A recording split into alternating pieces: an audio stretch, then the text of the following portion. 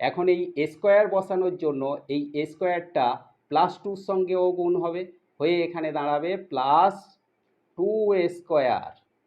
Guidance support math education ক্লাসে নবম শ্রেণীর সকল ছাত্রছাত্রীদের স্বাগত জানিয়ে শুরু করছি আজকের অঙ্কের ক্লাস। আজকের ক্লাসে আমি তোমাদের শেখাবো একটা ইম্পর্টেন্ট অঙ্ক। কোষে দেখি 8.1-এর 3-এর দাগের অঙ্ক, উৎপাদকে বিশ্লেষণের অঙ্ক। অঙ্কটা জিরো পুটিংয়ের অঙ্ক। অবশ্যই অঙ্কটা ইম্পর্টেন্ট, তোমরা ভালো করে বুঝে নাও। আজকের ক্লাসে কোষে দেখি 8.1-এর 3-এর দাগের অঙ্ক। 3-এর দাগে অঙ্কটা আছে উৎপাদকে বিশ্লেষণের অঙ্ক। a³ - 12a - 16, এটাকে আমাদের উৎপাদকে বিশ্লেষণ করতে হবে। এখন আমরা কোন প্রসেসে উৎপাদকে বিশ্লেষণ করব না, জিরো পুটিংয়ের প্রসেস। জিরো পুটিং বলতে এই যে এ সংলগ্ন রাশি, এর মানকে এমনভাবে ধরতে হবে যে মানের জন্য পুরো রাশিটার মান জিরো হয়ে দাঁড়াবে, সেই জন্য একে বলা হয় জিরো পুটিংয়ের অঙ্ক। দেখো ভালো করে বুঝে নাও, এখানে আমরা যদি রাশিটাকে লিখি a³ - 12a - 16, এখন এর মানকে যদি আমরা -2 ধরি, তাহলে এর পরিবর্তে আমরা -2 এর হোল কিউব লিখলাম।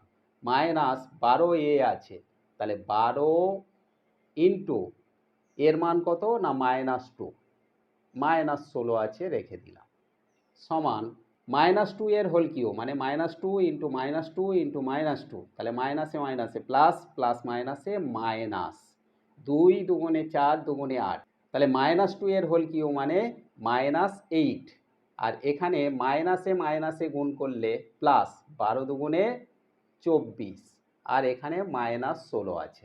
দেখো -16 আর -8 দুটো যোগ করলে -24 হয়, আর এখানে +24, তাহলে +-24 কেটে গেলে 0 হয়।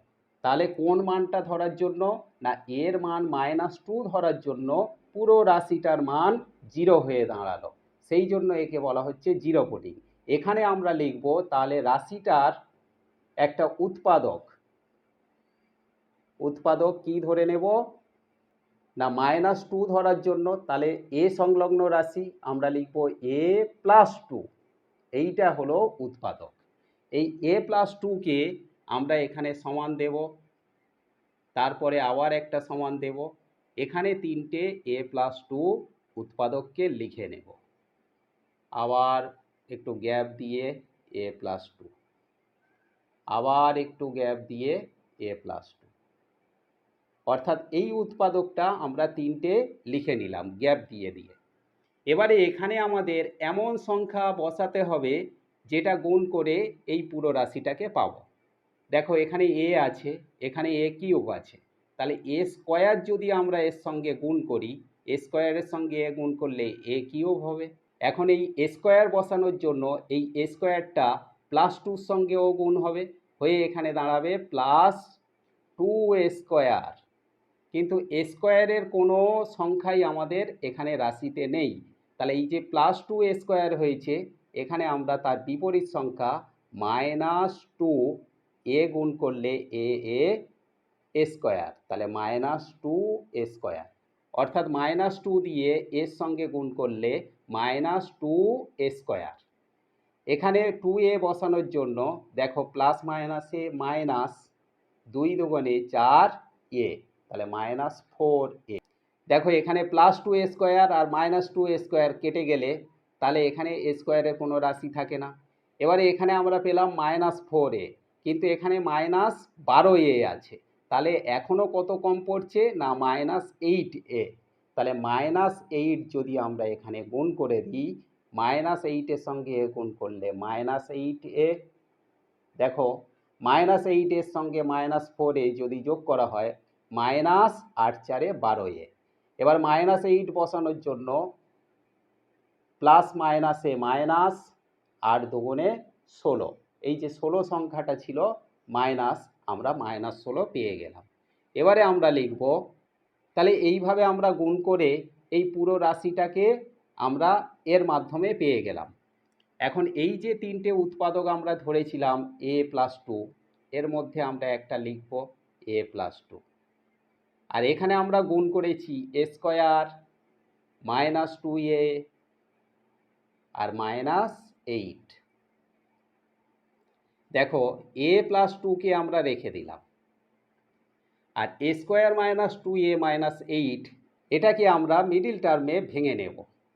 দেখো কিভাবে, এ স্কোয়ার মাইনাস টু এ আর এখানে আছে মাইনাস এইট, তাহলে আটকে ভেঙে আমাদের দুই আনতে হবে, চার দুগুণে আট, তাহলে এখানে মাইনাস ছিল মাইনাস রাখবো, তাহলে চার মাইনাস দুই, চার থেকে দুই বিয়োগ করলে দুই থাকে, আর এ সংলগ্ন রাশি তাহলে এ গুণ, আর এখানে মাইনাস এইট ছিল, মাইনাস এইট আমরা রেখে দিলাম, সমান এ প্লাস টু।